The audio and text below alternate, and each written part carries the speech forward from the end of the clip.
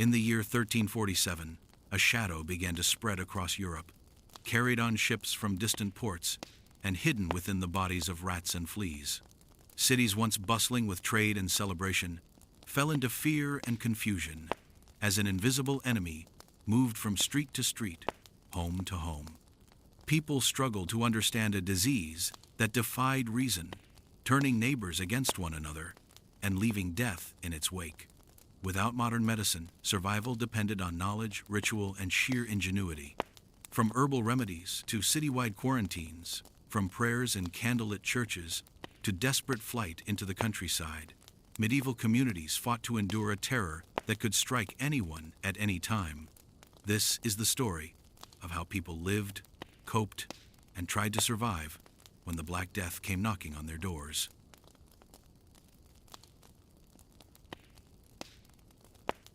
In October of 1347, 3 Genoese trading ships arrived at the Sicilian port of Messina, carrying more than just goods and passengers. Hidden among the cargo were rats infested with fleas carrying Yersinia pestis, the bacterium responsible for the disease that would come to be known as the Black Death. Within days of the ship's arrival, local residents began falling ill with high fevers, swollen lymph nodes, and the dark purplish blotches that would give the plague its grim reputation. News of the sickness spread quickly along the docks, and panic rippled through the city as merchants, sailors, and townspeople struggled to comprehend the source of the sudden deaths. Rumors of divine punishment circulated alongside whispers of poisoned wells and foreign conspiracies, leaving the population desperate for answers and protection. From Messina, the plague traveled swiftly through trade routes across the Mediterranean. Genoa, Venice, and Marseille became early centers of infection due to their bustling ports and constant movement of goods. Genoa reported a sharp increase in deaths by the spring of 1348, with chroniclers noting entire families perishing within days of each other. Venetian authorities, faced with a growing death toll, attempted to impose restrictions on ships arriving from affected areas, but enforcement was inconsistent, and the crowded conditions of the city made complete isolation impossible. Merchants continued to travel inland, carrying the disease into northern Italy and eventually into France, Germany, and the Low Countries. By the summer of 1348, reports of the plague had reached Florence, where the population faced similar waves of illness and fear, and by late 1348, Marseille had recorded thousands of deaths, with streets littered with corpses and local authorities overwhelmed by the scale of the outbreak. Reactions to the plague were shaped by both superstition and desperation. Many residents believed the disease was a punishment from God, triggered by the sins of humanity. Churches in Genoa and Messina saw a surge in attendance, with processions and prayers offered in hopes of divine intervention. Others attempted practical measures based on observation or local custom. Merchants burned aromatic substances in their homes, believing the bad air could be cleansed, while some households kept fires burning continuously to ward off the invisible threat.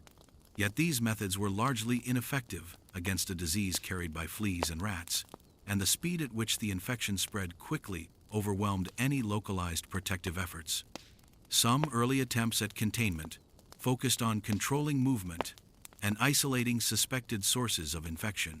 In Messina, authorities experimented with cordoning off streets and limiting the movement of ships along the docks, though these measures were only partially successful.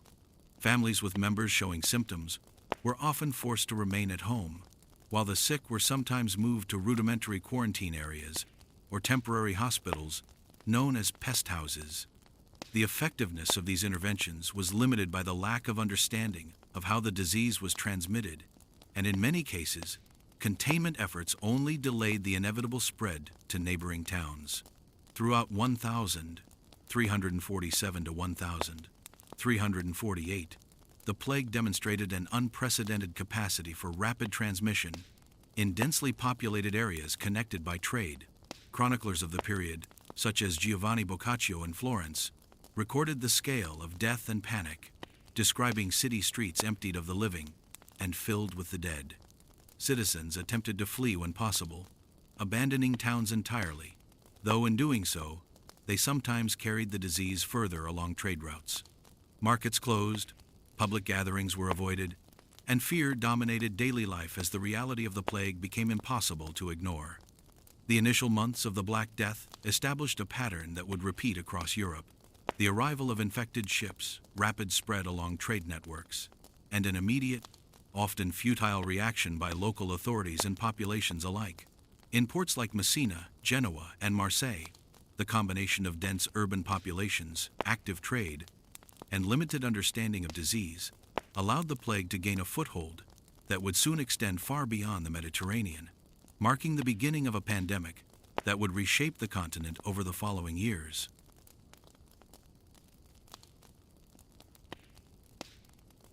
In the mid-14th century, the causes of the Black Death were a mystery to the people of Europe. Long before the discovery of germs or bacteria, explanations relied on observation, astrology, and religious interpretation. Physicians, clergy, and laypeople alike sought to understand why entire communities were succumbing to fever, swellings, and dark blotches with such alarming speed. In Italy, France, and England, scholarly texts and local chronicles attempted to rationalize the catastrophe, producing a blend of practical advice, superstition, and moral judgment. Many believed that the disease originated from miasma or bad air, which was thought to carry poisons from decaying matter. In crowded towns, where streets were filled with refuse, stagnant water, and animal waste, the theory seemed to align with observable conditions, and people burned aromatic herbs, vinegar, and incense in hopes of purifying the air. Astrology also played a significant role in medical reasoning. Physicians consulted planetary charts to identify periods when the alignment of stars and planets might provoke epidemics. Guy de Chauliac, a French surgeon and physician serving the papal court in Avignon during the 1342, recorded detailed observations of the plague alongside astrological calculations, suggesting that a conjunction of Saturn, Jupiter, and Mars in 1345 had corrupted the air, producing widespread sickness. Many physicians believed that specific humors in the body could be destabilized by celestial influence, leaving individuals more susceptible to disease. These theories guided treatments ranging from bloodletting to aromatic fumigation, and even dietary restrictions aimed at balancing bodily humors. While these practices did not cure the plague, they reflected a systematic approach to illness within the framework of medieval knowledge. Religious interpretations were equally prevalent. Many believed that the Black Death was divine punishment for the sins of humanity. In towns such as Tournai in modern-day Belgium, processions and public penances were organized in hopes of appeasing God. Priests advised confession, fasting, and prayers as preventative measures, while some communities resorted to flagellant processions, whipping themselves to demonstrate piety and repentance. Chroniclers recorded both the fear and fervor that accompanied these rituals, describing towns where streets were filled with penitents, their clothing soaked in blood, as neighbors watched in a mixture of horror and awe. Religious explanations were not mutually exclusive with medical reasoning. In fact, many physicians incorporated prayers and charms into their recommendations, acknowledging both spiritual and physical dimensions of disease. Medical treatises of the time offered practical advice grounded in observation, though often limited by inaccurate theory. Physicians recommended keeping windows open to allow fresh air, cleaning streets, and avoiding contact with the sick. Guy de Chauliac, in addition to his astrological notes, advised the use of herbal remedies and protective oils applied to the skin or inhaled as steam. Physicians in Paris and Marseille instructed patients to carry fragrant sachets, wear amulets, or avoid bathing in cold water. Some towns distributed public notices suggesting that individuals separate from those already afflicted, although enforcement varied. The combined reliance on hygiene, astrology, and prayer demonstrated a multifaceted approach to survival, reflecting both empirical observation and the interpretive frameworks available at the time. While modern understanding attributes plague transmission to fleas carried by rats, these insights were centuries away. For medieval communities, cause and effect were interpreted through visible correlations rather than microbiology. The presence of foul smells, decaying corpses, and swarming vermin reinforced ideas of corrupted air, while outbreaks coinciding with certain festivals or seasonal changes were linked to divine or celestial influence. Public measures, such as fumigating homes with juniper or rosemary, isolating the sick in separate chambers, and avoiding crowded marketplaces, were practical byproducts of these theories, even if their underlying reasoning was incorrect. By the end of 1348, the combination of religious, astrological, and medical interpretations shaped how Europeans attempted to navigate the pandemic. Towns and cities adopted a variety of approaches, from ritualistic penance to herbal fumigation, with varying degrees of success. While the true mechanism of Yersinia pestis remained unknown, these early responses highlight the ways in which medieval communities sought to rationalize and mitigate a crisis that modern science would later explain in precise detail. Survival often depended on a combination of avoidance, local remedies, and a measure of luck, as theory intersected with the practical realities of urban life in plague-stricken Europe.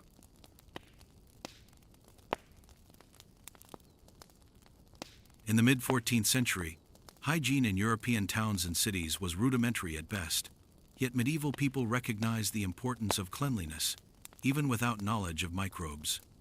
Bathing, hand-washing, and cleaning living spaces were widely practiced, although often in ways that reflected contemporary beliefs about disease, rather than germ theory. In urban centers like London and Florence, streets were crowded with residents, animals, and waste, creating conditions ripe for the spread of infection. People attempted to mitigate this risk by washing themselves and their clothing in water mixed with vinegar, a substance believed to purify both body and air. Herbal concoctions, including rosemary, sage, and thyme, were burned or scattered around homes to cleanse the atmosphere, a practice thought to counteract the miasma responsible for illness. Perfumes and scented oils served a similar purpose, providing a sense of protection, even if their effectiveness against plague bacteria was accidental rather than intentional. Household hygiene often involved daily sweeping, scrubbing floors with water and ash, and airing out bedding and clothing. Wealthier families in Florence or Avignon might use more elaborate measures, including scented cloths, distillations of flowers, and aromatic waters to maintain perceived cleanliness. In some cases, linen garments were soaked in vinegar and hung near windows to reduce exposure to bad air. While these measures were largely preventive against nuisance odors, they sometimes had the unintended effect of reducing the number of fleas on clothing, indirectly lowering the risk of plague transmission.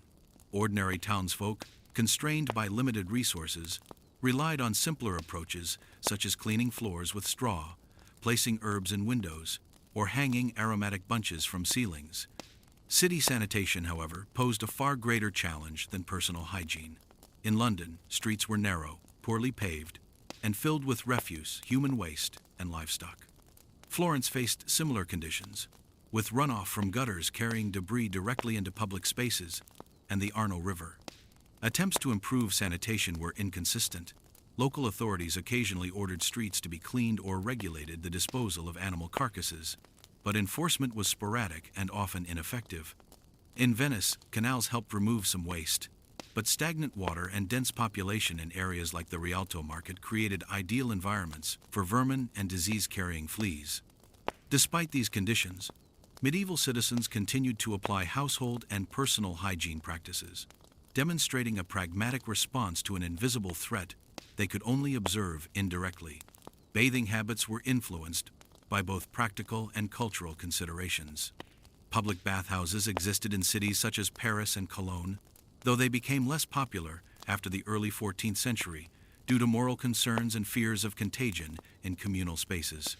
Wealthier households constructed private bathing facilities, while most people relied on basin baths or sponge washing. Physicians recommended these routines not only to maintain physical cleanliness, but also to balance the humors, in line with prevailing medical theories.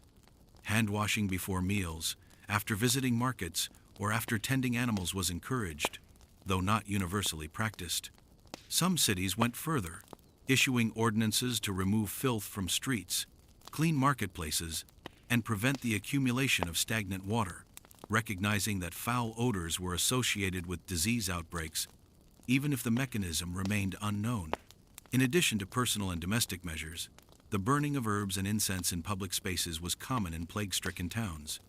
Markets, churches, and homes were filled with smoke from juniper, rosemary, and lavender, intended to cleanse the air of miasma. In Florence, accounts from 1348 describe merchants hanging bunches of herbs around shop entrances, while citizens carried posies to inhale on the streets. While these practices were based on observation and belief rather than scientific understanding, they incidentally reduced the presence of insects and other vectors, illustrating how medieval hygiene efforts could have unintended protective effects. Despite these measures, overcrowding and poor infrastructure made cities particularly vulnerable. Narrow streets, shared water sources, and close quarters in tenements amplified the spread of plague. Hygiene practices, however imperfect, provided a combination of psychological reassurance and practical mitigation. Residents who maintained personal cleanliness, aired out homes, and burned herbs may have experienced a slightly reduced exposure to disease vectors, even as the true cause, fleas carrying Yersinia pestis, remained unknown. The tension between limited knowledge and practical action shaped daily life in European towns during the Black Death, demonstrating how medieval people navigated the intersection of observation, tradition, and survival in the face of an unprecedented pandemic.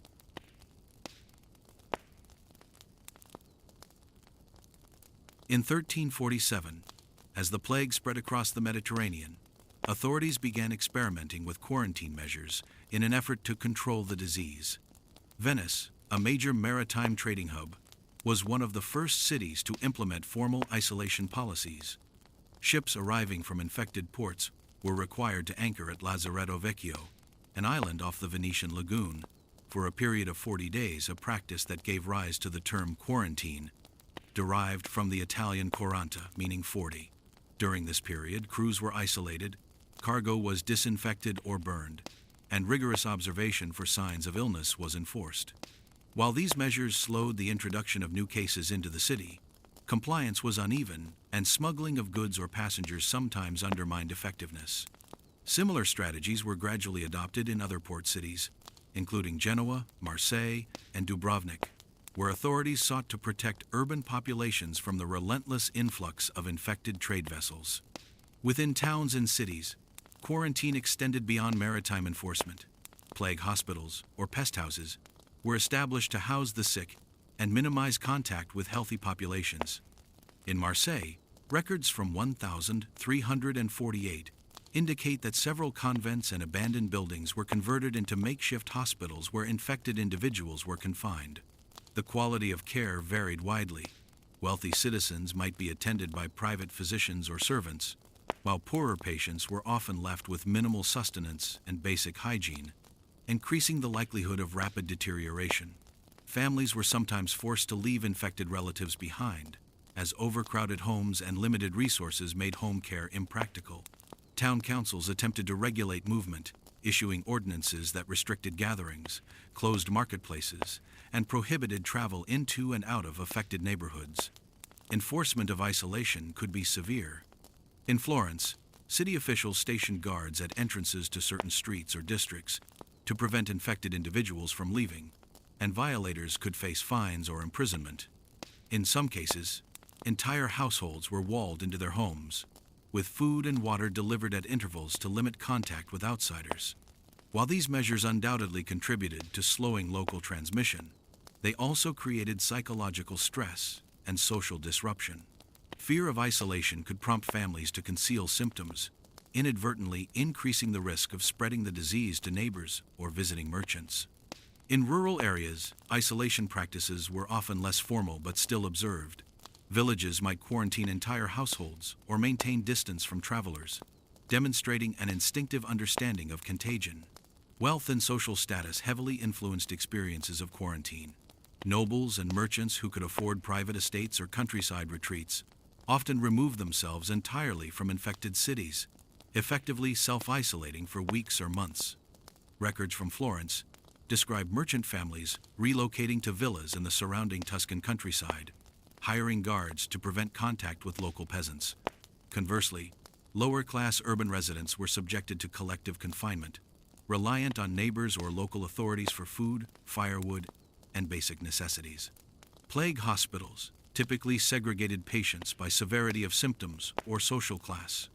highlighting both the practical and hierarchical dimensions of medieval isolation. Quarantine also intersected with contemporary medical theories. Physicians recommended isolating not only the sick, but also clothing, bedding, and household goods, particularly textiles that might harbor fleas. The fumigation of homes with aromatic substances, or smoke from burning herbs, was often conducted in tandem with enforced confinement, reflecting the prevailing belief that foul air carried disease. In some cities, streets were fumigated periodically, and public spaces were cleared of refuse to reduce miasma. While these practices were based on observation rather than microbiology, they incidentally reduced exposure to fleas and other disease vectors, offering a degree of protection to both the isolated and surrounding communities. Despite its challenges, quarantine became a cornerstone of urban plague management.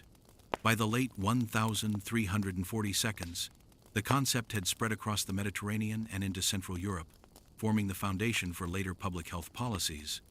Cities like Dubrovnik codified isolation laws in 1377, requiring a mandatory quarantine for incoming travelers and goods. In addition to containing the disease, these measures reflected broader attempts to impose order on societies confronted with unprecedented mortality, demonstrating the complex interplay between fear, social structure, and practical survival strategies during the Black Death.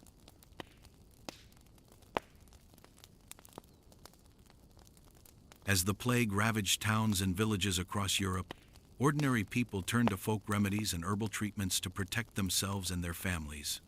Lacking a scientific understanding of disease, medieval communities relied on a combination of traditional knowledge, trial and error experimentation, and guidance from local healers. Garlic, believed to purify the body and ward off evil, was widely used. Cloves were often hung in windows or carried in pouches to repel the invisible threat of infection. Juniper berries, rosemary, and sage were crushed and placed in sachets or burned as incense, intended to cleanse the air in homes and streets. Vinegar and wine were sometimes used to wash hands and surfaces, a practice that offered practical, if unintended, antiseptic benefits. Many households prepared plague water, a mixture of herbs, water, and alcohol, which was consumed or applied to the skin, with the belief that it could strengthen the body or protect against contagion. Regional variations in folk medicine were pronounced, reflecting local flora, cultural traditions, and the influence of medical texts.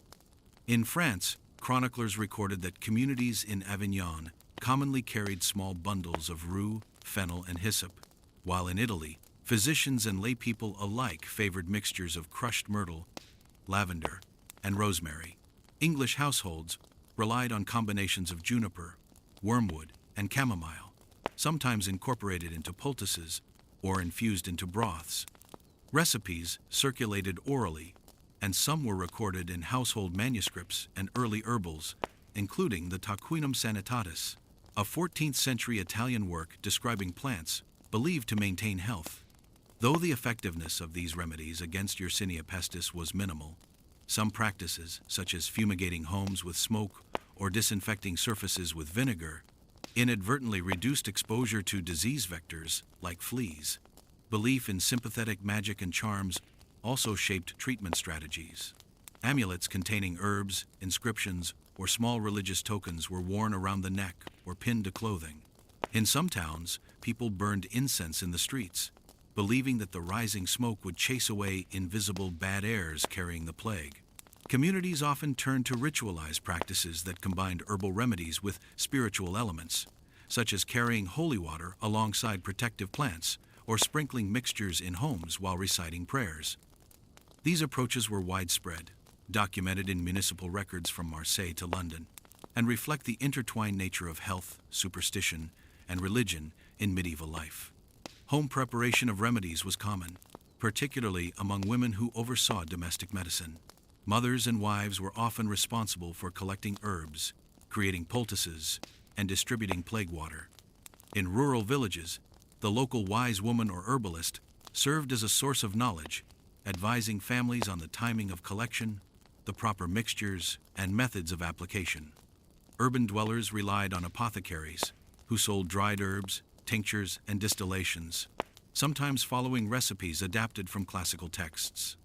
Records from Florence indicate that during the 1348 outbreak, apothecaries experienced a surge in demand for ingredients such as rosemary, lavender, and vinegar, demonstrating both the popularity and perceived necessity of these treatments. Despite the variation in methods and ingredients, several common principles guided folk medicine. Fresh air, strong odors, and avoidance of decay were emphasized, as people believed that disease was carried by corrupt air or noxious smells. Herbal remedies were often applied to the body, ingested in teas or waters, or positioned in the home to act as barriers. Some mixtures, like those containing alcohol or vinegar, inadvertently reduced microbial contamination on hands and surfaces, illustrating how practical effects sometimes coincided with spiritual or superstitious intent. Plague remedies also had a communal aspect. Sharing herbs or preparing mixtures together reinforced social bonds and offered psychological comfort in a period dominated by death and uncertainty. While many remedies were ineffective against the plague itself, they reveal how medieval populations attempted to assert control over an invisible and terrifying threat. The combination of accessible plants, ritual practice, and local expertise provided both a sense of agency and a method to cope with widespread mortality. From the bustling streets of Paris to the small villages of the English countryside, folk remedies formed a central component of survival strategies during the Black Death, shaping behavior, reinforcing traditions, and providing a framework through which people confronted one of the deadliest epidemics in human history.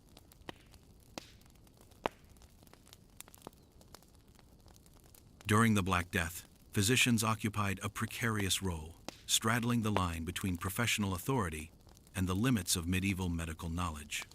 Their methods were grounded in Galenic theory, which emphasized the balance of the four humors: blood, phlegm, yellow bile, and black bile. Disease, it was believed, resulted from an imbalance of these humors, sometimes influenced by celestial events or corrupted air. In cities like Marseille, Paris, and Avignon, doctors attempted to diagnose patients based on visible symptoms such as buboes, fever, and discoloration of the skin, while also consulting astrological charts to determine the influence of planetary alignments. Guy de Chauliac, a prominent French physician working in Avignon during the 1348 outbreak, documented these practices in his Chirurgia Magna, detailing how medical theory guided the treatment of plague victims even when the underlying cause remained unknown. Bloodletting was among the most common procedures employed, intended to remove excess humors and restore balance. Physicians used leeches, lancets, or cupping devices to draw blood from patients, often on a regular schedule. While these methods sometimes weakened individuals further, they were widely considered essential for maintaining internal equilibrium. In addition to bloodletting, physicians prescribed a range of purgatives, emetics, and aromatic oils to counteract the corrupt humors. Remedies often included rosewater, camphor, or vinegar infused with herbs, which were applied to the body or inhaled to cleanse the air around the patient. Though largely symbolic in their efficacy against Yersinia pestis, such practices provided structure and reassurance to both patients and communities overwhelmed by the rapid spread of disease. Barber surgeons played a complementary role, performing minor surgical procedures, extracting teeth, and applying ointments, sometimes in collaboration with university-trained physicians. In Marseille, accounts from the 1,347 to 1,349 outbreaks describe barbers assisting in cleaning buboes or applying poultices, while also maintaining rudimentary records of affected households. Protective equipment was limited, but physicians occasionally adopted makeshift measures to reduce exposure. Beaked masks, later popularized in the 17th century, were not yet standard, but some medical practitioners in northern Italy used cloth soaked in vinegar or aromatic herbs to filter the air while visiting patients, inadvertently reducing their contact with plague-carrying fleas or miasmatic vapors. Physicians were often confined to treating wealthy clients, as the labor and expense required to attend to the sick in plague-ravaged towns were considerable. Chroniclers from Florence report that doctors charged high fees for personal visits, while municipal authorities sometimes employed public physicians to inspect households and recommend isolation measures. Rural populations relied more heavily on local healers or midwives, who combined herbal knowledge with practical care, leaving formally trained physicians to focus on urban centers.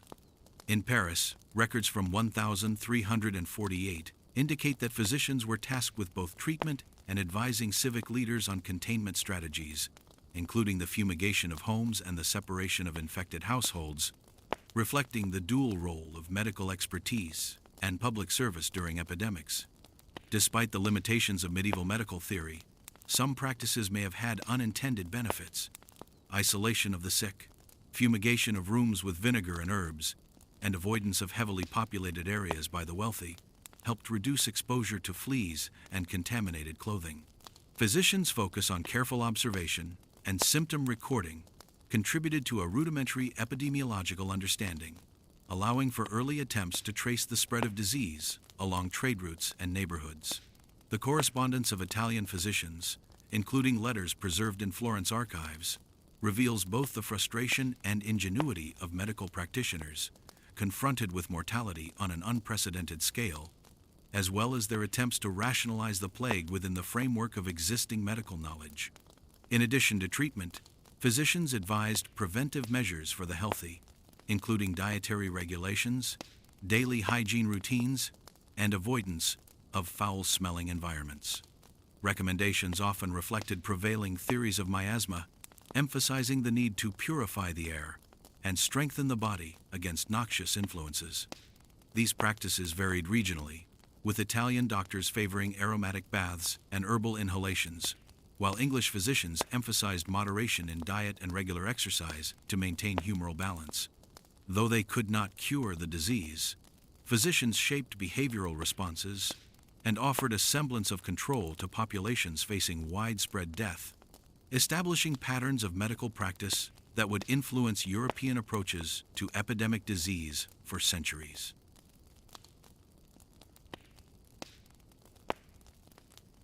During the Black Death, religious practices became central to how medieval communities responded to widespread mortality. Many interpreted the plague as a punishment from God, a manifestation of divine wrath for the sins of humanity. Churches, monasteries, and convents became both spiritual and practical centers of support, offering prayers, shelter, and rudimentary care to the afflicted. In Avignon, the papal seat of Clement VI, religious leaders organized public prayers and processions in 1348, seeking to appease God and stem the tide of death. Chroniclers noted that clergy distributed holy water, blessed relics, and encouraged the faithful to engage in confession and penance, believing that these acts could protect individuals or communities from the plague's reach. One notable religious response was the rise of the flagellant movement.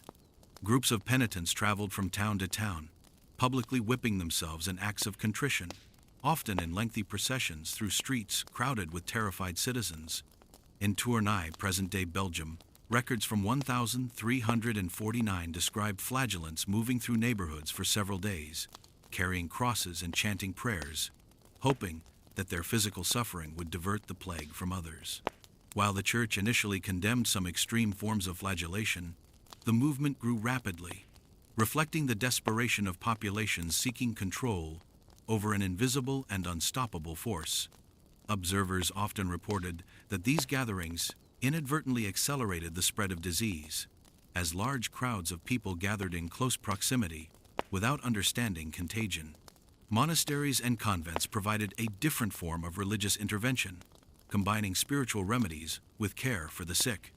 In Florence, records from 1348 to 1350 show that Dominican and Franciscan friaries converted sections of their buildings into makeshift hospitals, admitting those afflicted by plague. Nuns and monks tended to patients, offering herbal poultices, warm baths, and prayer. In many cases, religious care included preparing the body for burial, an essential service given the high mortality rate and the risk of corpses contaminating living spaces. These institutions also functioned as centers of information, documenting cases and outcomes, which indirectly helped communities understand which practices were effective in limiting further infections. Daily religious rituals became entwined with survival strategies. Families prayed at home, lit candles, and maintained small shrines to saints associated with protection from disease, such as Saint Roche or Saint Sebastian. In cities like Venice and Marseille, authorities mandated public prayers and sermons, encouraging citizens to fast and perform acts of charity. These actions were intended to appease divine judgment, but also reinforce social cohesion at a time when fear and panic threatened to destabilize communities. Religious observances provided both moral guidance and practical support, creating structured routines that allowed families and neighborhoods to endure the psychological strain of constant death. The use of relics and holy objects was another widespread practice. Pilgrims traveled to churches reputed to house protective relics, believing that exposure could prevent infection. In France, King Charles V, in 1370, promoted the veneration of the relics of Saint Louis in Paris, while in Milan, local clergy displayed the relics of Saint Ambrose to encourage public devotion. Though these measures had no direct effect on Yersinia pestis, they influenced behaviors in ways that sometimes inadvertently reduced exposure. People followed processions outdoors rather than congregating indoors, and communal gatherings were often structured in a disciplined, orderly manner that limited chaos. Confession and penance became intertwined with the medical and social responses to the plague.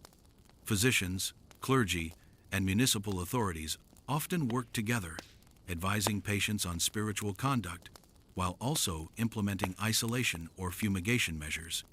In Avignon, Guy de Chauliac noted that physicians sometimes collaborated with priests to ensure that dying patients received the sacraments, reflecting a holistic approach to care that combined physical observation with spiritual guidance. In rural areas, itinerant priests visited homes, blessing the sick and guiding families on rituals designed to protect their households from contamination, merging faith with rudimentary public health practices.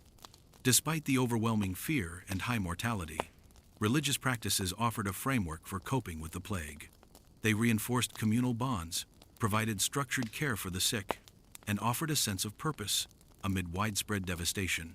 Cities across Europe, Paris, Avignon, Florence, and Tournai, demonstrate how spiritual remedies were not only a matter of belief, but also a central component of survival strategies, influencing behavior, reinforcing social norms, and shaping the ways populations endured one of the most lethal epidemics in history.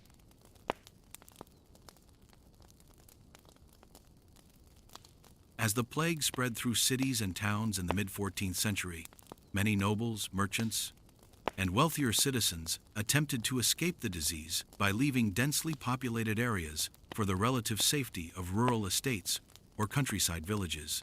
Flight became one of the most common survival strategies, particularly in Italy, where cities like Florence and Siena were hit with catastrophic mortality between 1,348 and 1,350.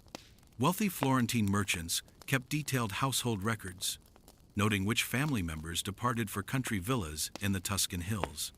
These retreats offered cleaner air, more space, and limited contact with infected populations, though the journey itself was not without risk. Roads were often crowded with other fleeing citizens, increasing the potential for exposure during travel. In Northern Europe, similar patterns emerged. Nobles in Flanders and Brabant moved to smaller towns or estates outside main urban centers. Chroniclers from Ghent in 1349 reported that city gates were overwhelmed by citizens attempting to leave, creating chaotic scenes as families abandoned homes, markets, and workshops. This movement sometimes led to unintentional spread of the plague, as asymptomatic carriers transported Yersinia pestis via fleas on clothing, horses, and livestock. The paradox of flight was that, while it offered immediate physical distance from infected areas, it occasionally introduced the disease to regions that had previously experienced fewer cases.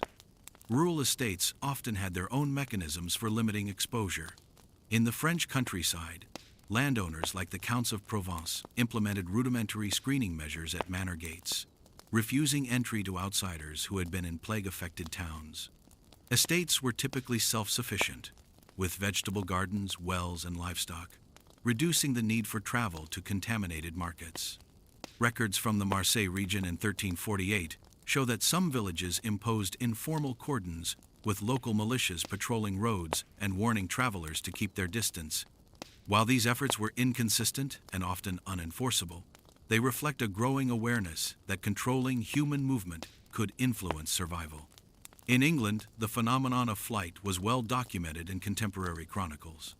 Monks at Bury St. Edmunds noted that wealthy citizens abandoned towns in Norfolk and Suffolk in 1349, leaving servants, apprentices, and laborers behind. This disparity in mobility highlighted the social inequalities of plague survival. Those with resources could escape, while the poor were left to face disease in overcrowded urban neighborhoods. Some towns attempted to regulate departures. For instance, city councils in London issued orders in 1350 discouraging unnecessary travel in an effort to contain contagion, though enforcement was sporadic and often ignored during peak periods of panic. Travel itself required caution, particularly in Italy, where roads were lined with abandoned bodies and villages. Merchants and pilgrims often carried herbs, vinegar-soaked cloths, or aromatic substances to protect themselves from bad air, following contemporary miasma theories. In Venice, documentation from 1348 to 1350 shows that some families traveling to their countryside villas carried letters of safe conduct to prevent being refused entry at city or provincial gates. Despite these precautions, the fear of infection meant that entire households were sometimes quarantined upon arrival, a practice that mirrors the emerging understanding of isolation seen in maritime cities like Genoa and Marseille. Flight also created economic and social consequences for towns left behind. Markets emptied, skilled labor became scarce, and agricultural work was disrupted. In Florence, tax records from 1349 indicate that departures significantly reduced workforce availability, leading to higher prices for essential goods. Social structures were stressed as remaining residents struggled to care for the sick, manage funerals, and maintain municipal order. In some cases, abandoned homes and estates were looted, further destabilizing communities. Despite these hardships, the act of fleeing illustrates the human instinct to seek safety and control in the face of an invisible, deadly threat. Even when successful in avoiding direct exposure, displaced populations faced new challenges. Food shortages, the difficulty of securing medical care, and isolation from urban networks all posed risks. Some estates became temporary centers for makeshift treatment of plague victims, blending self-care with religious rituals and herbal remedies. Travel logs and letters from the period suggest that survival depended on timing, distance, and access to resources, underscoring that flight was a high-stakes gamble. Across Europe, the movement of people in 1348 and 1349 demonstrates the interplay between human behavior, social class, and disease dynamics during one of the deadliest pandemics in recorded history.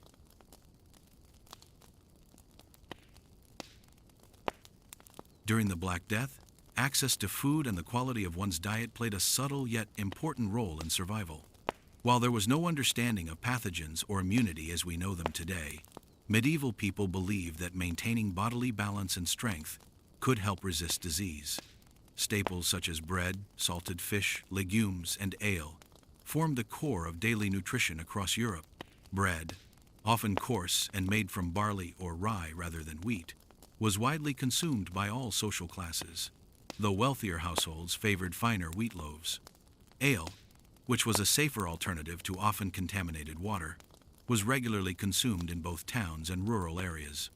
Salted fish, particularly herring and cod, was a common source of protein, while pulses like lentils, peas, and beans provided additional sustenance, especially during Lent or in regions where meat was scarce.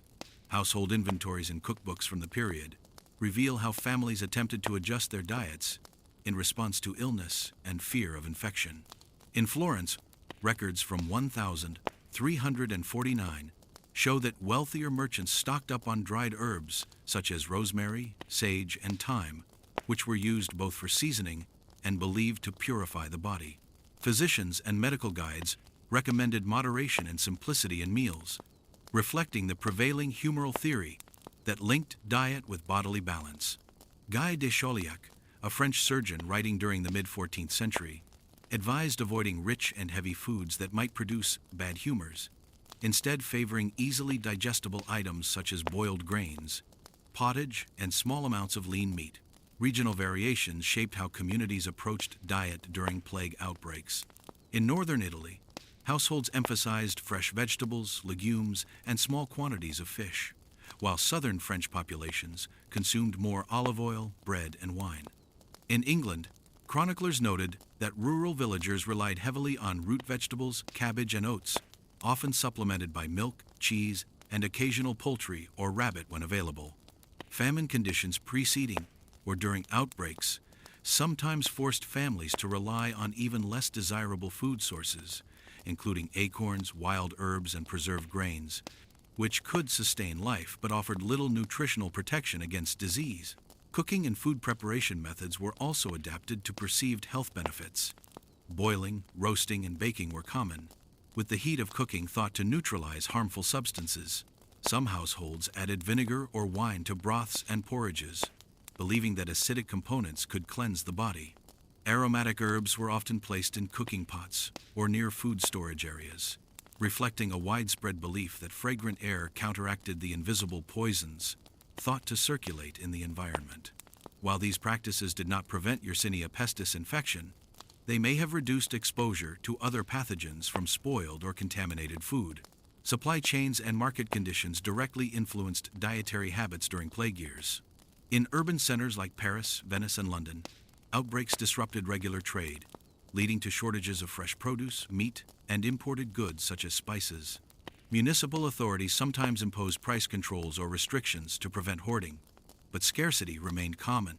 Chronicles from London in 1348 to 1349 indicate that the departure of wealthier citizens for rural estates left local markets understocked, while urban poor struggled to obtain basic staples. In rural regions, self-sufficient estates and villages fared somewhat better, relying on stored grains, vegetables, and livestock, though these supplies were not immune to spoilage or theft. Beverages played a role beyond hydration. Beer, ale, and weak wine were preferred over water in many towns due to contamination risks, and their low alcohol content provided minimal antiseptic properties. Milk and dairy products were widely consumed in the countryside, though spoilage was a constant concern. Some households used vinegar, honey, or preserved fruits to flavor meals, which also provided minor nutritional benefits. Observations from Italian city-states suggest that households that maintained a steady intake of these foods, while following moderation advice from physicians, experienced slightly better outcomes, though survival depended on multiple factors beyond diet alone. Dietary management was often combined with herbal remedies and medicinal practices. Boiled herbs, spiced broths, and wine infused with aromatic plants were believed to strengthen the body and expel toxic humors. Chroniclers noted that communities experimented with these combinations, sometimes accidentally limiting exposure to secondary infections or improving general nutrition. While none of these interventions directly targeted plague bacteria, maintaining caloric intake, hydration, and a balanced diet indirectly supported the body during illness, highlighting the importance of food as both sustenance and a perceived tool for protection.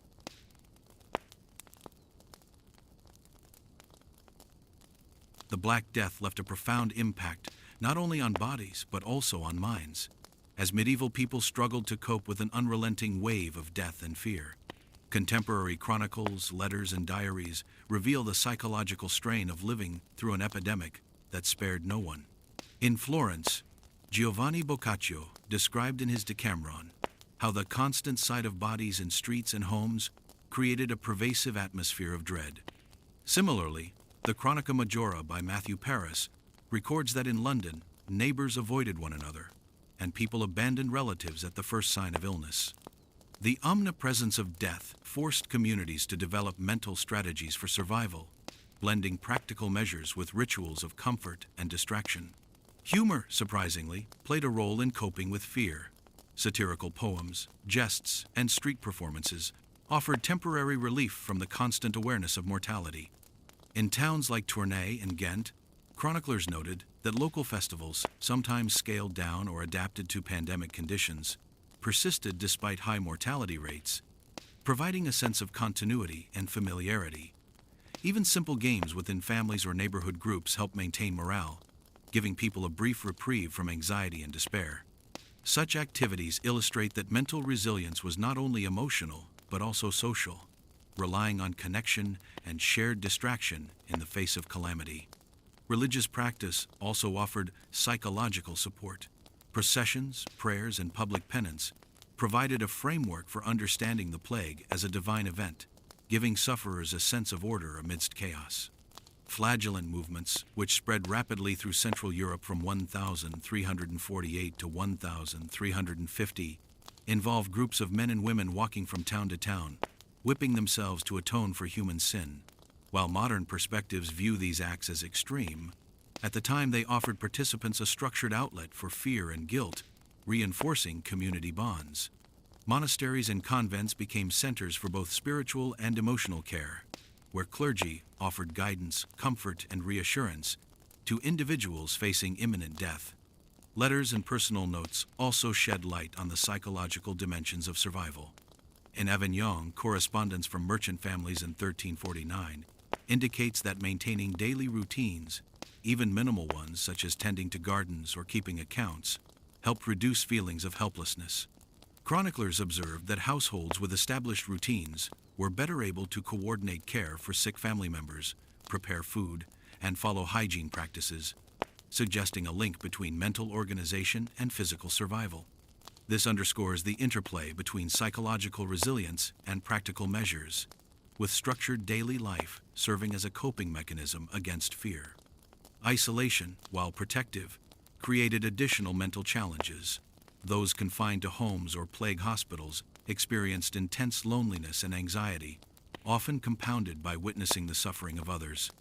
Pest houses in Paris and Milan were described as both physically and emotionally oppressive, with patients facing long periods of confinement alongside the dying. Some communities attempted to mitigate this by establishing small communal rituals, such as daily prayers, shared meals, or rotating caregivers, which maintained a sense of human contact and reduced psychological distress. Even the act of passing messages between isolated households became an important source of connection and reassurance.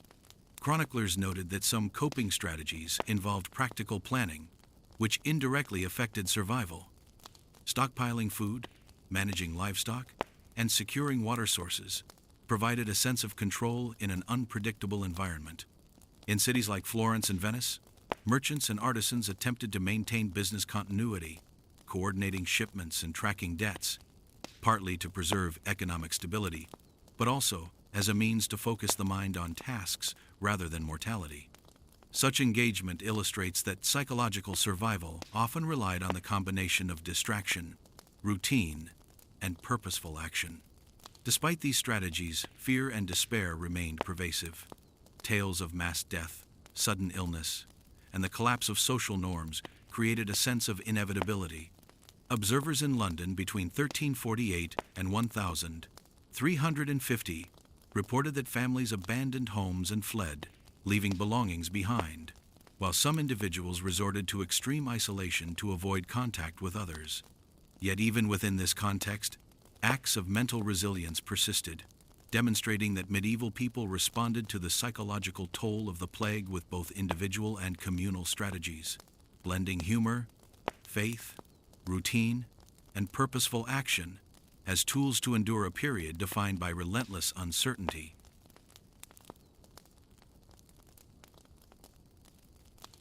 During the Black Death, caring for the sick was both a moral obligation and a high-risk activity, as families, neighbors, and religious institutions confronted the deadly reality of Yersinia pestis without modern medicine. In Florence, between 1348 and 1350, tax records and household inventories show that extended families often attempted to isolate sick relatives in separate rooms, a rudimentary form of quarantine that reduced exposure to other household members. Chroniclers describe neighbors bringing food and water to the ill, leaving it at doorways to avoid direct contact, while some households built makeshift partitions to separate rooms.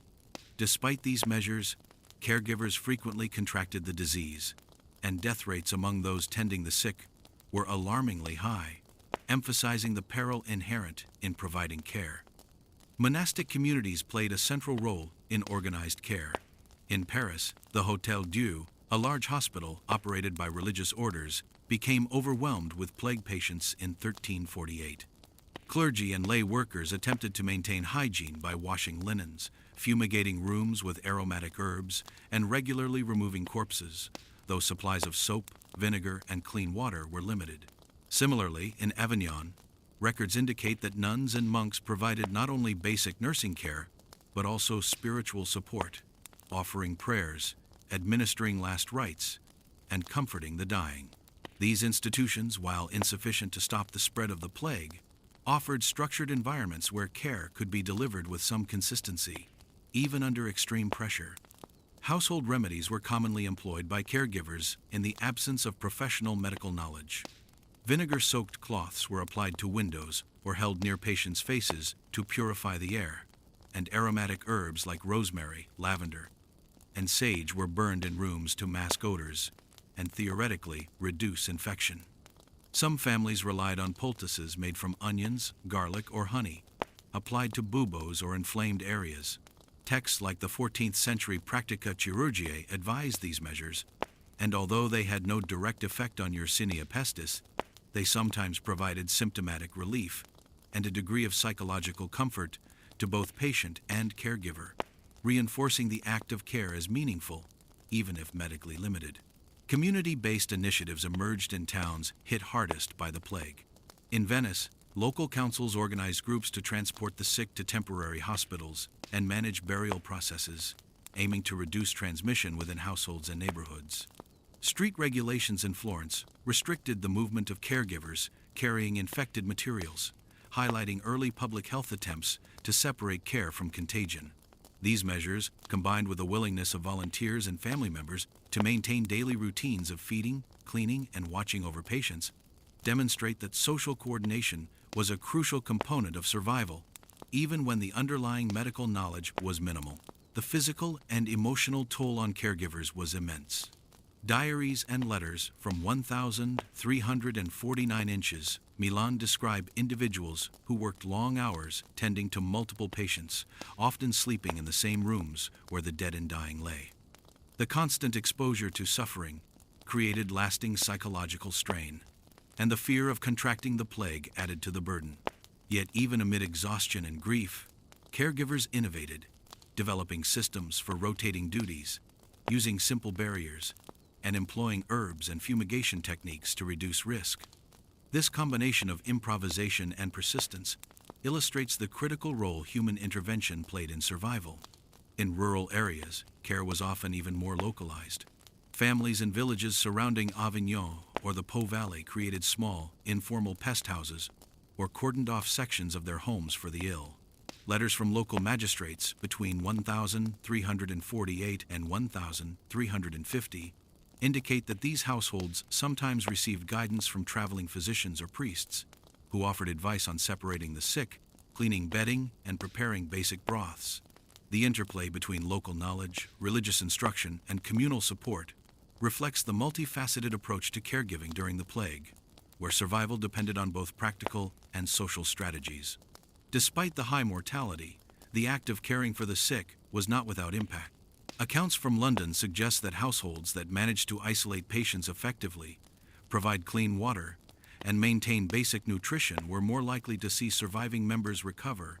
Even small measures such as fumigating rooms with herbs or keeping infected clothing separate could inadvertently reduce exposure. In every town and city, caregivers were the front line between life and death, and their efforts, though often insufficient to prevent infection, played a vital role in the endurance of communities during one of Europe's most catastrophic epidemics.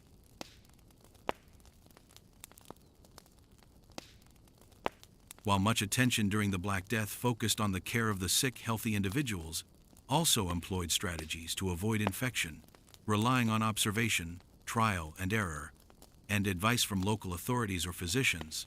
In cities such as Venice and Marseille between 1347 and 1350, residents quickly recognized that proximity to infected households or overcrowded marketplaces increased their risk of contracting the plague. To counter this, some urban populations created safe zones within homes, cordoning off specific rooms and maintaining strict separation from family members showing early signs of illness. Streets and public squares were often avoided entirely, and merchants sometimes suspended business in densely populated areas to reduce exposure to contaminated goods. Masks and protective clothing became prominent tools for those attempting to navigate infected environments. Physicians in Paris and Avignon were documented wearing long robes, gloves, and beaked masks filled with aromatic herbs such as rosemary, thyme, and camphor. These were believed to purify the air and protect against miasma, although modern science shows that the masks may have incidentally limited exposure to flea bites and respiratory droplets. In towns like Florence, wealthier households adopted similar strategies, covering faces with cloth soaked in vinegar or herbs, while commoners improvised with scarves, linen, and aromatic bundles. The use of masks and barriers illustrates how a combination of superstition and observation could offer some protection without formal understanding of germs. Herbs and incense were widely employed by the healthy to reduce perceived risk. Burning juniper, sage, or incense in homes, workplaces, and streets was thought to drive away corrupted air, carrying the plague. In Montpellier and Bologna, city ordinances mandated fumigation of public spaces and some private homes, particularly those near known outbreaks. People also carried pomanders, small containers of aromatic substances, which were thought to cleanse the air immediately around the wearer. Although these practices had no direct effect on Yersinia pestis itself, they sometimes deterred fleas or masked odors, making daily life marginally safer and reducing panic in public spaces. Avoidance of contact with the sick extended to social interactions and travel. In Florence, letters from 1348 indicate that some families refused entry to neighbors or extended family members, even those who were not visibly ill, to minimize risk. Rural estates offered temporary refuge for city dwellers who could afford to leave. Merchants and minor nobility often relocated temporarily to villages outside major urban centers. Towns in southern France, such as Avignon, restricted the entry of outsiders and travelers, implementing early forms of border control to protect healthy residents. While these measures sometimes slowed the spread of the plague, they also disrupted trade, social cohesion, and community support networks. Cleanliness and personal hygiene were emphasized even in the absence of germ theory. In London, surviving household manuals from the 14th century advise regular washing of hands, face, and clothing, often using vinegar or herbal solutions. Floors were swept and washed with water mixed with aromatic substances, while bedding and clothing were hung outdoors to air out. In Venice, chroniclers describe citizens removing refuse from streets and keeping wells covered to limit the accumulation of waste that might attract rats. These practices, though inconsistent, demonstrate an empirical understanding that environmental cleanliness contributed to survival, even if the precise mechanism was not understood. The wealthy often had access to more sophisticated protective measures.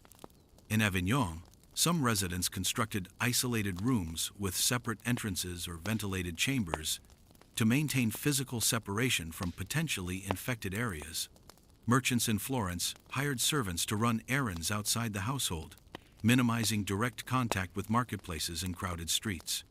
For poorer households, smaller-scale adaptations, such as using herbs in doorways or creating partitioned sleeping areas, offered partial protection and reflect how social and economic status influenced one's ability to implement preventative measures. Across Europe, local governments played a role in coordinating protection for the healthy. Municipal decrees in Milan, London, and Marseille required the cleaning of streets, removal of refuse, and isolation of contaminated households. In some regions, public fountains were closed or chlorinated with vinegar solutions, while marketplaces were reorganized to prevent crowding. These early public health measures, although rudimentary, combined with individual protective behaviors, formed a patchwork of strategies that sometimes succeeded in limiting exposure and preserving the lives of healthy citizens during the height of the plague.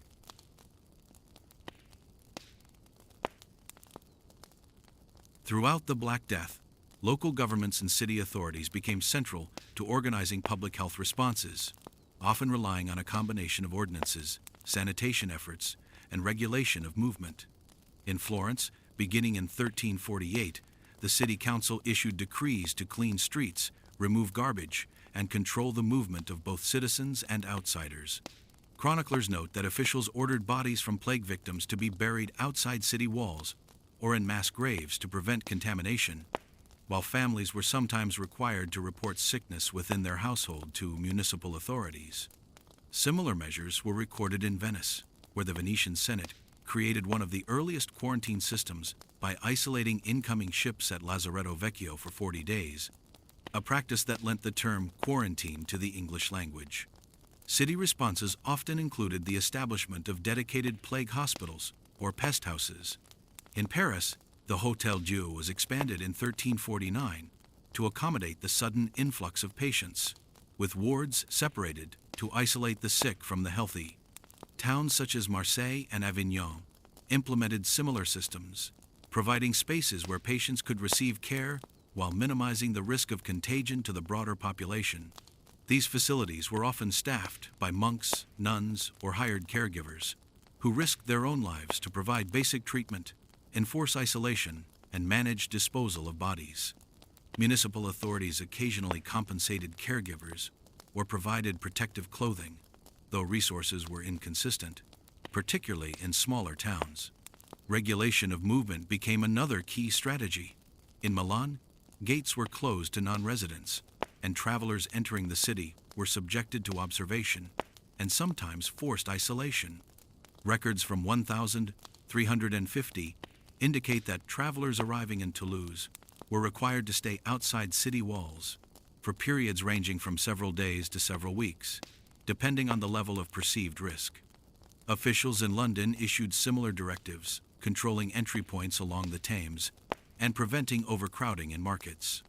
These measures reflected an empirical understanding that limiting contact between populations could slow the spread of disease, even without knowledge of bacteria or vectors. Public sanitation was also heavily emphasized. In Florence, city workers were ordered to sweep streets, remove animal carcasses, and cover wells to limit contamination. Venice implemented ordinances requiring the cleaning of canals and docks, while Marseille attempted to control waste disposal in public areas. In some Italian towns, individuals who failed to comply with sanitation orders could face fines or imprisonment, demonstrating how authorities combined public health with law enforcement to enforce compliance. Chroniclers noted that, in practice, enforcement varied, with wealthier residents often able to circumvent regulations while poorer neighborhoods remained more heavily scrutinized. Documentation from the period shows that authorities also sought to control social behaviors to reduce transmission. Public gatherings, including markets, fairs, and religious processions, were restricted or temporarily banned in cities like Avignon and Rouen. Guilds and trade organizations were sometimes enlisted to monitor the activities of their members, ensuring that commercial transactions did not create additional opportunities for contagion. Town councils encouraged residents to follow hygienic practices, such as washing hands and fumigating homes, while implementing measures to maintain essential services like water supply and food distribution without large gatherings.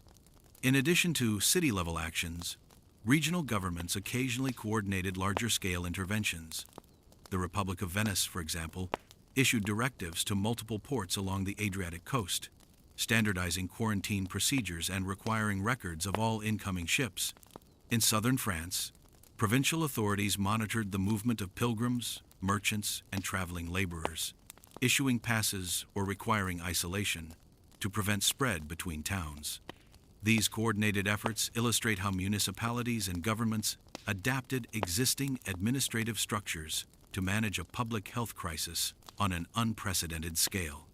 The combination of sanitation, movement regulation, and dedicated facilities demonstrates that medieval governments, despite limited scientific knowledge, relied on observation, experience, and administrative control to mitigate the impact of the plague.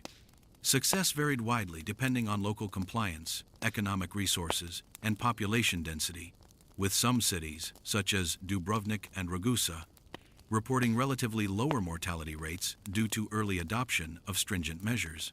Other urban centers, overwhelmed by population size and trade activity, struggled to enforce even basic ordinances, highlighting the challenges faced by authorities attempting to balance public health with economic and social stability.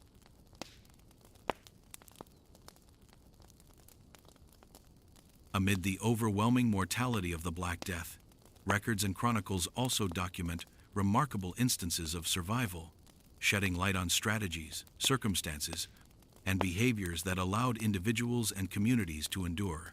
In Florence, the diarist Giovanni Boccaccio, who survived the 1348 outbreak, noted that those who remained in relatively isolated rural villas or small towns often fared better than residents of the crowded city center. Wealthy merchant families who could afford to leave Florence sometimes retreated to estates in the countryside, reducing exposure to contagion and benefiting from cleaner air, better sanitation, and access to fresh food. These movements, however, were not guaranteed safety, as traveling also risked encountering infected caravans or villages, but for some, it provided a critical buffer from the rapidly spreading disease. Specific families illustrate both the luck and precaution that contributed to survival. In the city of Marseille, records from the 1350 seconds indicate that the merchant family of Jean de Forcalquier avoided infection by sealing their household, restricting visitors, and employing trusted servants who practiced careful hygiene and minimized outside contact.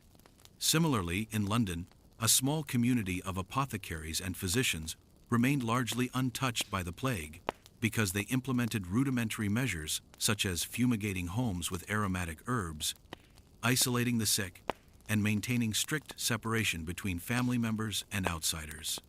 Observations suggest that even partial adherence to basic protective strategies, whether through cleanliness, avoidance of public spaces, or isolation, increased chances of survival. Religious and communal practices also contributed to endurance in certain regions. In Avignon, convents and monasteries became temporary refuges, housing both clergy and lay people who followed strict rules of seclusion. Nuns at the monastery of St. Catherine maintained separate sleeping quarters, restricted visitors, and used herbal preparations to purify the air, and these measures helped many avoid infection.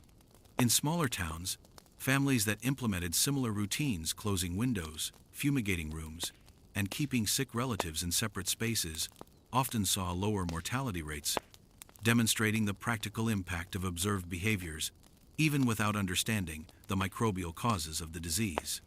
Stories from chronicles also highlight individual ingenuity.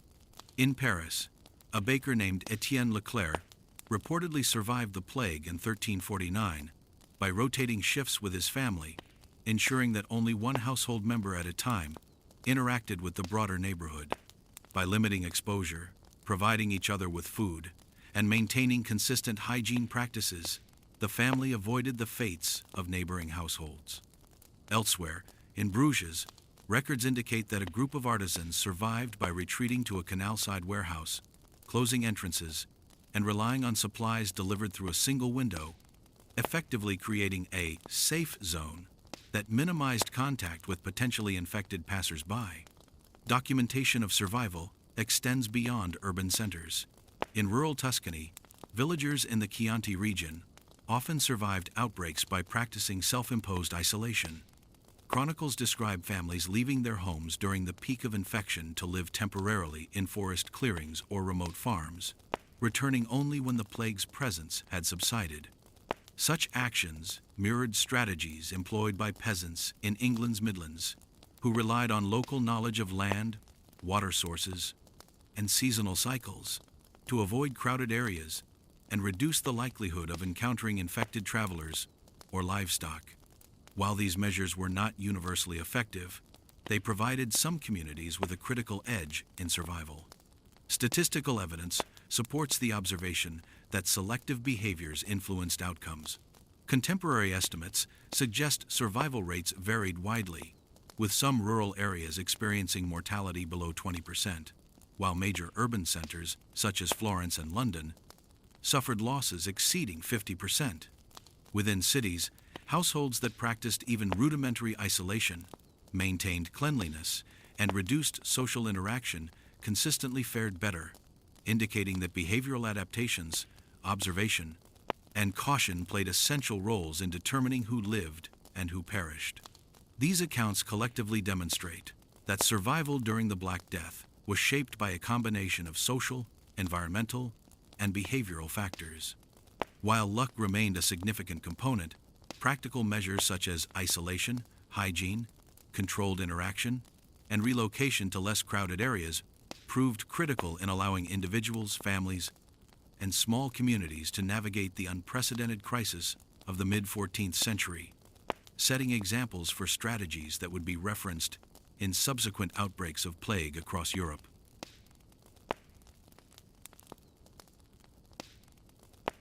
In the years following the Black Death, European societies adapted to the profound social and economic disruptions that the plague had caused. Entire populations had been reduced by up to half in some cities, leaving labor shortages, abandoned villages, and a transformed social landscape. Survivors began implementing practical adaptations that addressed both immediate health concerns and longer-term societal needs. One of the most visible changes was in burial practices. In cities like Paris, London, and Florence, mass graves were replaced with organized cemeteries, often located outside city walls, to limit exposure to decomposing bodies. Authorities in Avignon and Marseille began regulating burial methods, requiring that the dead be interred at prescribed depths and distances from wells and living quarters, reflecting an early understanding of how proximity to the deceased could influence the spread of disease. Hygiene standards and sanitation infrastructure also saw gradual improvements.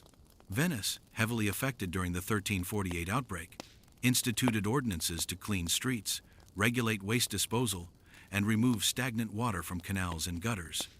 Florence followed similar measures, mandating that households clean streets in front of their homes, and that public latrines be maintained to reduce contamination. Although medieval authorities lacked knowledge of germs, these efforts directly reduced the presence of rats and vermin, inadvertently lowering the risk of further outbreaks. Local governments increasingly recognized that environmental management could influence public health, creating a foundation for the more systematic public health policies of later centuries. Social and labor dynamics changed significantly as well. With so many workers lost to the plague, surviving peasants and artisans gained increased bargaining power. In England, laws such as the Statute of Labourers, enacted in 1351, attempted to freeze wages and restrict mobility, but enforcement was uneven, and many workers were able to demand better pay or relocate to more favorable conditions. In Italy, the shortage of skilled labor led to urban centers attracting artisans and merchants, fostering economic resilience and encouraging innovation in trade and craft. These shifts had the dual effect of altering both living conditions and the capacity of communities to implement healthier practices, as families with improved resources could afford better housing, food, and hygiene measures. Diet and nutrition also reflected adaptations. Surviving populations in rural Tuscany, for example, diversified crops and relied more heavily on legumes, fruits, and preserved foods to ensure steady nutrition in the event of population shocks. In urban areas, bakeries, breweries, and markets adjusted distribution to accommodate fluctuating demand, and households were increasingly mindful of food storage and preparation practices. Contemporary household inventories indicate that families invested in barrels for water and grains, as well as in herbs with preservative and aromatic properties, both to improve flavor and to reduce spoilage that could contribute to illness. Medical and caregiving practices evolved alongside societal changes. Hospitals, initially rudimentary facilities for the poor and sick, became more structured and specialized.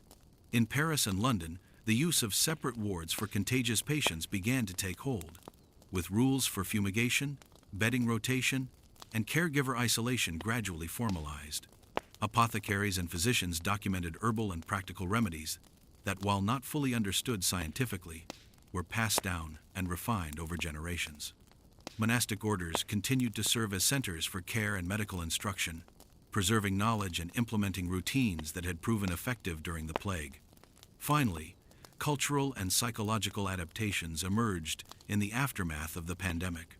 Chronicles, letters, and civic records reveal heightened awareness of mortality, but also a stronger emphasis on community support. Towns instituted organized watch systems to monitor health, maintain sanitation, and assist the elderly and vulnerable. The lessons learned from the plague informed not only immediate survival strategies, but also the collective approach to managing future disease outbreaks, laying the groundwork for public health thinking and urban planning in late medieval Europe. Across these varied adaptations, ranging from burial practices and sanitation improvements to labor changes, nutrition adjustments, and institutionalized care, the Black Death forced European societies to confront the limitations of their environment and knowledge. By responding with practical measures, communities increased resilience and survival, demonstrating an enduring capacity to learn from catastrophe, a process that influenced the trajectory of public health and social organization for generations to come.